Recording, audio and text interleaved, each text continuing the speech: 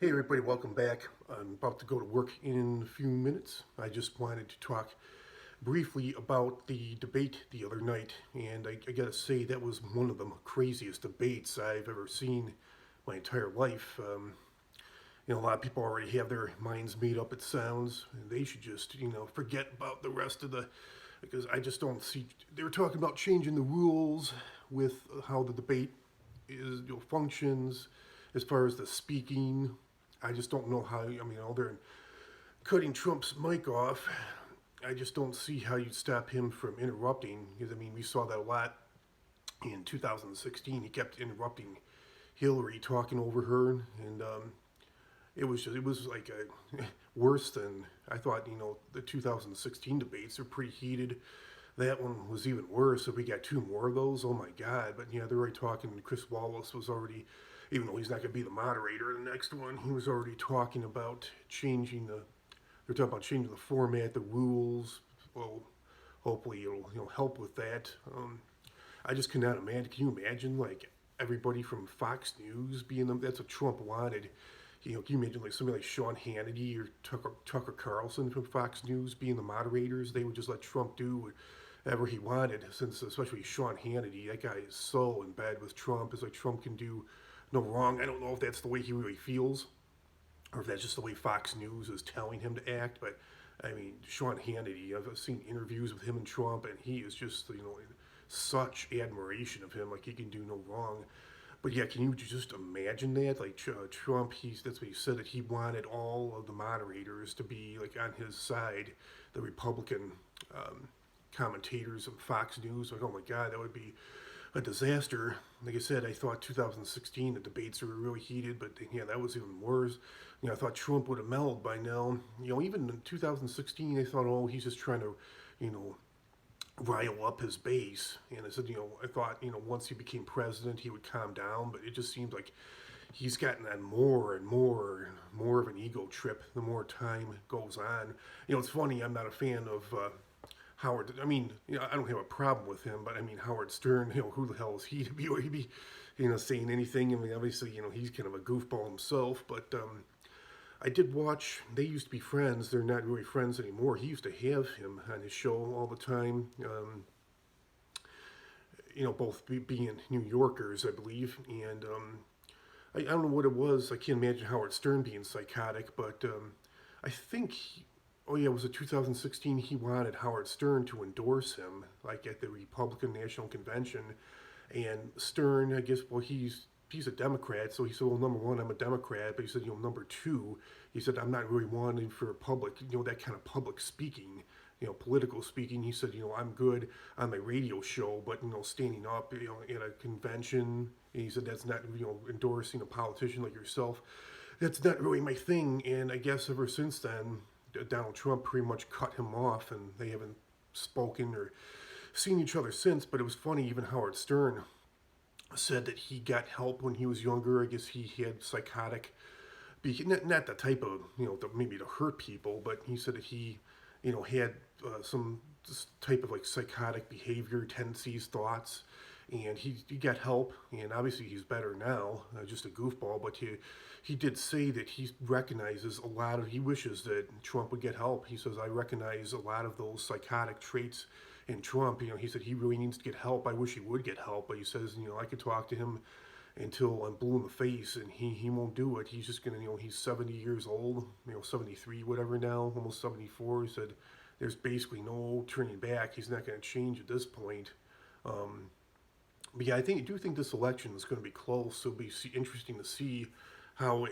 Biden is in the lead and not by much, and I think Trump is like in the lead as far as like the electoral college. It seems like it's panned out right now. It's kind of panned out a lot like it was in 2016. So yeah, it's going to be close. We'll see what happens, and I do think they will have the next two debates. But they definitely got to make some changes, But I really think that Joe, he kind of was trying to fight fire with fire. If I were, he kept talking. It was like a Jerry Springer show. If I were Joe, I would just stop talking and just let Trump go on. Maybe they were giving him more time, I would just let Trump dig his own grave. But for him, I know Joe got triggered. He held himself a lot better than I would have. But him telling Trump, oh, will you shut up, man, and calling him a clown, and that sort of thing. I don't really think. I mean, Trump was definitely worse, but I think Joe could have held himself a little better. But I give him credit. He did a lot better than I would have done in that situation. I probably would punch Trump out. But yeah, I'm glad. I'm not a huge fan of Joe, but I have my issues with him. I even have my issues with Kamala Harris. But I think at this point, Trump has just got to go. He's just got to go. I tried to give him, like I said, I tried to give him the benefit of the doubt. I thought he was just trying to rile up his base in 2016. I thought, after he became president, he would calm down, but he's worse and worse. He hasn't gotten any better. And like I said, I'm an independent. I'm not a Democrat. I'm not a Republican. For those of you that don't know, I mentioned this before, but I see the positives and negatives of both parties. They both have their issues, but yeah, I definitely got to side with the Democratic Party in this one. I got to go with Joe. Got to go with Kamala Harris. I'm trying to give them the benefit of the doubt.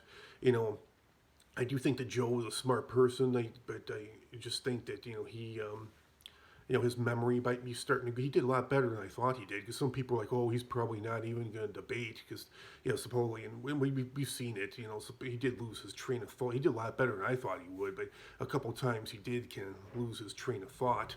But yeah, he definitely, obviously he debated for the whole hour and a half. He did a lot better than I thought he would. Some people thought that he wasn't even going to debate at all, and he obviously did. I thought he did a pretty decent job. I mean, compared to going back to the vice president debates that he did. I mean, he wasn't as strong, but he wasn't too far off. And when he had the vice president, he got his chance to speak. In 2008, 2012, he wasn't getting interrupted by Sarah Palin and Paul Ryan. But yeah, I'm glad that he picked. I think Kamala Harris, even though I'm not a huge fan of her, I have my issues with her. She's been involved in when she was an attorney, she got some people convicted, knowing that they were innocent, but she was just said she was just doing her job, that she was just all about winning her side. And she admitted to, I'm not sure how many times, I don't know if it was just once, but she admitted to smoking marijuana herself, which most people do nowadays, but she admitted to smoking it herself. But yet she got so many guys, she admitted she got so many guys put away for many decades for that, marijuana possession, drug dealing, that sort of thing. But I do think she has got a good head on her shoulders, and I think if anything were to happen, like if Joe were to step down, say I can't do this anymore due to health issues or cognitive issues, or if he were to pass away, I do, she would be the president, and I do think that she would make a good president. The one thing I wonder, I do find it strange though, because I mean, Joe has made, and Trump was right on that. Joe Biden, I didn't find out about this until about a year ago, but Joe was actually behind that whole, was it Delaware? He was a senator. It was his idea for that whole war on drugs thing, and Bill Clinton ended up going through with it. And, he was the president at the time, 93, 94, and he did say a lot of nasty things about minorities. I did see the speech or whatever, the talk that he was giving, and look, it was in the Capitol building, and he said that, yeah, like, I don't care if you didn't have a good upbringing, I don't care if you didn't have a father, I don't care if you didn't have a good education, I need to protect, my family from you, my wife, my daughter, my sister. He was basically saying that these, drug dealers, the war on drugs, like, they need to go away for the rest of their lives, or at least decades. So that's all of a sudden now he's not for it. I mean, people can change their minds, that's fine, but it definitely seemed like he was racist, especially towards Hispanics and African Americans. And Kamala Harris did actually say that she thought he was a racist, and now he picks her as vice president. I do think it is a little bit odd. I wonder if he's just trying to make nice with her, and I also wonder if he's trying to make nice with the minority communities, because with her being a woman, number one, and then her being in part African American woman, I wonder if he's just trying to sort of be like a sellout. I'm not sure, but I do like Kamala Harris. I do have my issues with her, but I think that again, if anything happens to Joe, or he would step down, or pass away, she would be our president. You know, she'd be our first. Obama was the first black president, and she would. Even though I think she's only like a quarter black, but yeah, she would be our first female president, and also the first, or the second, black president, but the first female black president. So yeah, it's pretty cool. I think that's all I have to say about that. Please comment, like, share, subscribe, and I'll talk to you all real soon with another great video. Have a great day, everyone. Talk to you all later, real soon. Bye.